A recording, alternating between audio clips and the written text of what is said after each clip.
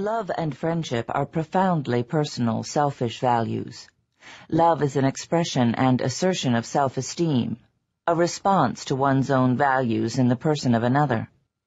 One gains a profoundly personal, selfish joy from the mere existence of the person one loves. It is one's own personal, selfish happiness that one seeks, earns, and derives from love. A selfless, disinterested love is a contradiction in terms. It means that one is indifferent to that which one values. Concern for the welfare of those one loves is a rational part of one's selfish interests. If a man who is passionately in love with his wife spends a fortune to cure her of a dangerous illness, it would be absurd to claim that he does it as a sacrifice for her sake, not his own, and that it makes no difference to him, personally and selfishly, whether she lives or dies. Any action that a man undertakes for the benefit of those he loves is not a sacrifice if, in the hierarchy of his values, in the total context of the choices open to him, it achieves that which is of greatest personal and rational importance to him.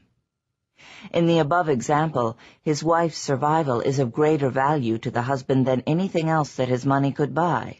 It is of greatest importance to his own happiness, and therefore his action is not a sacrifice. But suppose he let her die in order to spend his money on saving the lives of 10 other women, none of whom meant anything to him, as the ethics of altruism would require. That would be a sacrifice. Here the difference between objectivism and altruism can be seen most clearly. If sacrifice is the moral principle of action, then that husband should sacrifice his wife for the sake of 10 other women. What distinguishes the wife from the 10 others? Nothing but her value to the husband who has to make the choice. Nothing but the fact that his happiness requires her survival. The objectivist ethics would tell him, your highest moral purpose is the achievement of your own happiness. Your money is yours.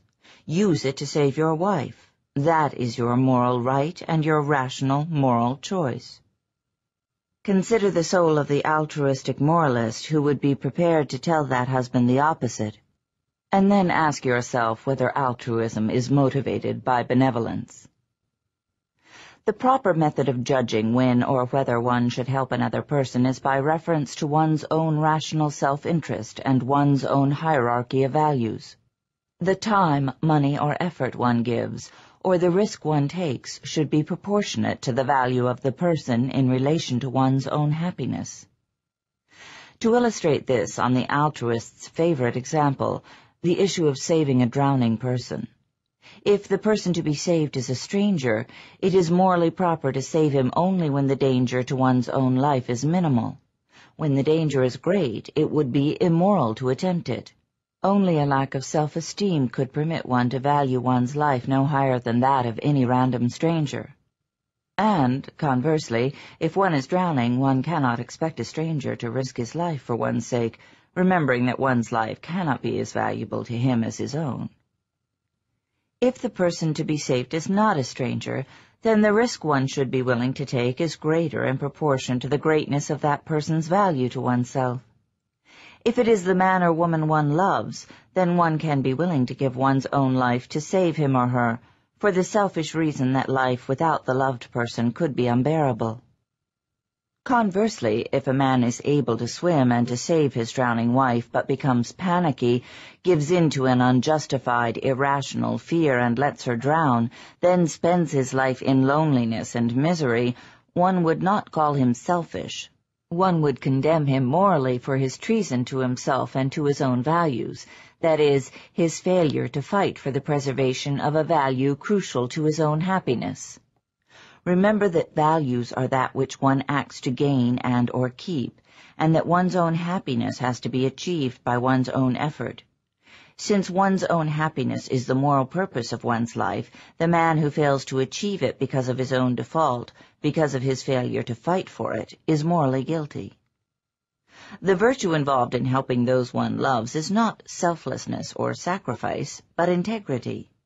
Integrity is loyalty to one's convictions and values. It is the policy of acting in accordance with one's values, of expressing, upholding, and translating them into practical reality. If a man professes to love a woman, yet his actions are indifferent, inimical, or damaging to her, it is his lack of integrity that makes him immoral. The same principle applies to relationships among friends. If one's friend is in trouble, one should act to help him by whatever non-sacrificial means are appropriate.